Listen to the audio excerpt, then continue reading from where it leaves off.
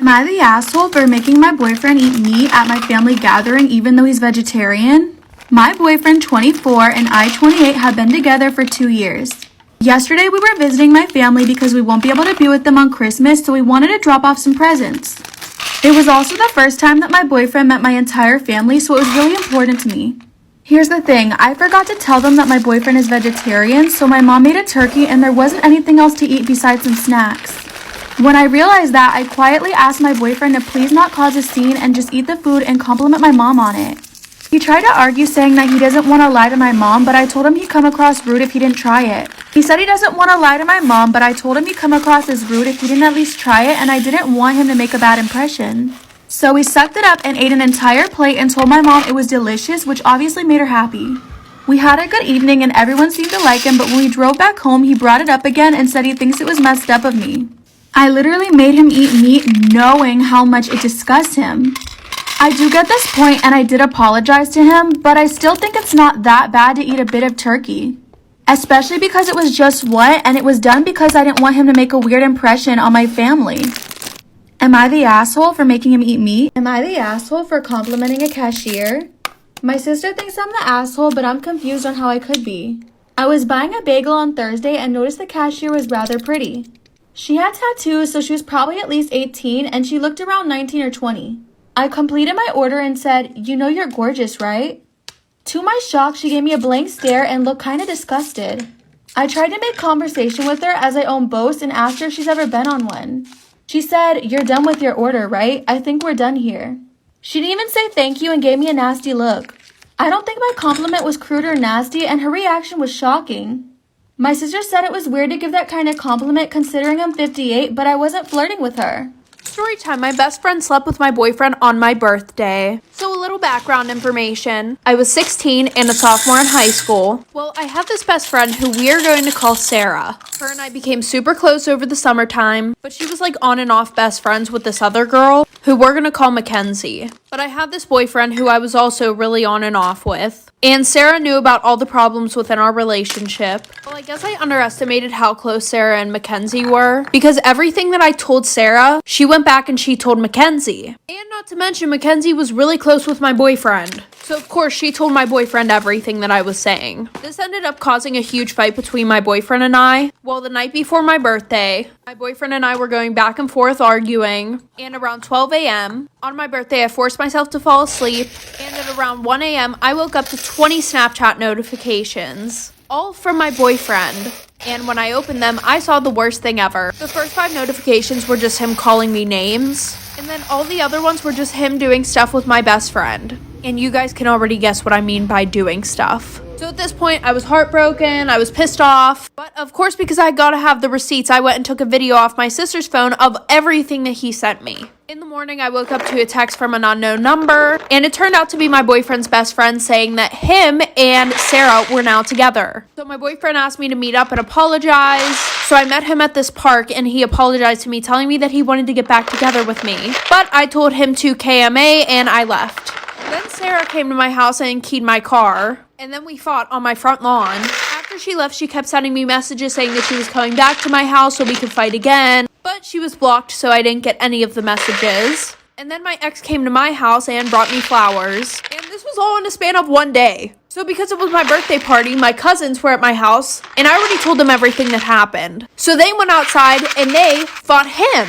Well, then I ended up sending all the videos to his parents, her parents, his siblings, aunts, uncles, cousins who loved me. Then I also decided to take legal action, and I sent the cops all of the screenshots of Sarah harassing me. And my sister got a video of us fighting, so I sent that to them too. Well, since she was 18 and I literally just turned 16, she got 3 months in county jail for minor harassment and minor physical altercations. So in the end, I think I won.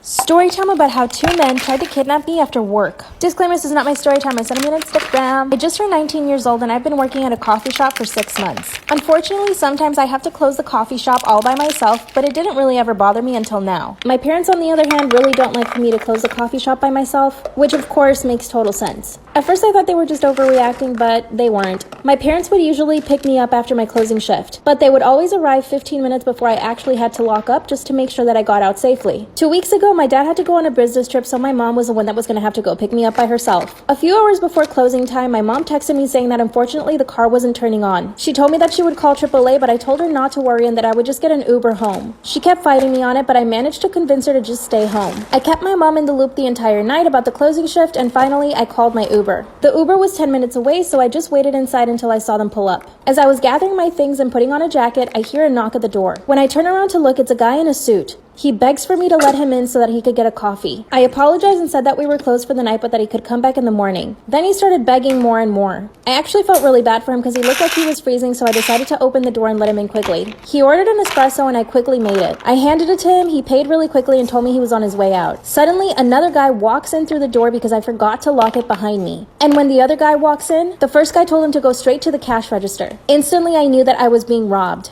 But the guy with the suit was definitely the mastermind behind everything. He told me to sit down and that as long as I didn't do anything, he wouldn't hurt me. But I remembered I had the Uber still on the way. But it's not like I could pull out my phone to check if it was near. There was a panic button underneath the counter under the register, but I was sitting 2 tables away from it. Suddenly, I feel something in the back of my neck. The guy that had just been at the cash register comes up behind me and starts blowing on my neck. He started saying how pretty I was and that I looked way better in person than in picture.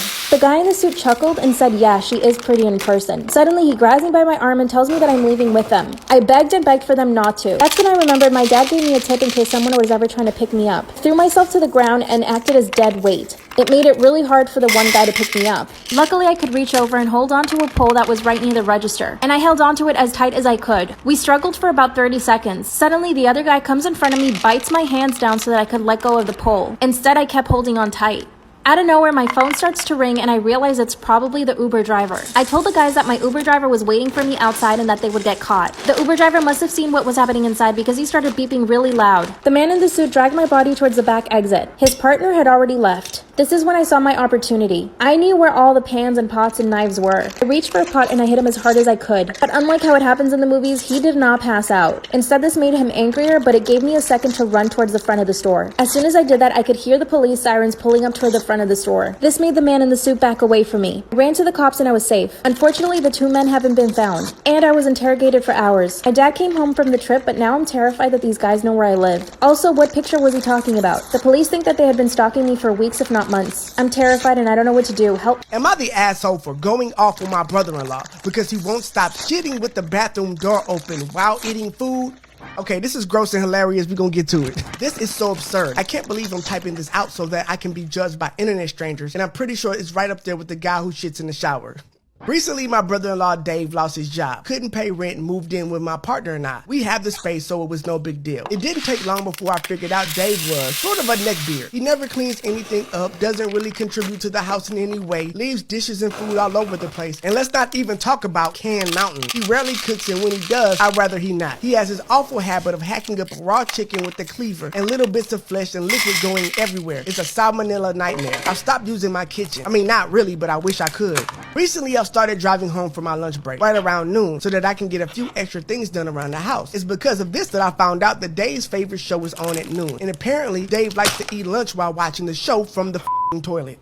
The man crawls out of his room around 11:45 a.m., dumps a bag of chips on a plate, puts a block of cheese on top, burns it up in the microwave, and strolls into the living room, which faces the television, and plops down on the toilet, leaving the door open so he can watch his damn show. The man shits with the door open while eating food. It's not even the open thing that drives me insane. I mean, that's gross too. It's the food in the bathroom. Facts. I've worked in a hotel for many years. I've seen a lot of shit, oftentimes literally. And if there's one thing that has always baffled and disgusted me, it was cleaning a room that had plates next to the toilet. I always wondered what kind of monster eats in the bathroom. Well, it looks like one of those monsters is now living in my house. Long story short, I let it slide the first few days as I was elsewhere in the house, and it's not like I had to look at it. But once I saw that it was a thing, I told Dave to stop taking me to the bathroom and close the damn door. Regrets been my friend too long, too long. None of this is normal. So fine, Mama's a beach so blue, where the waves come back to you, always back to you. You feel sand between my toes, singing from Jack Sparrow.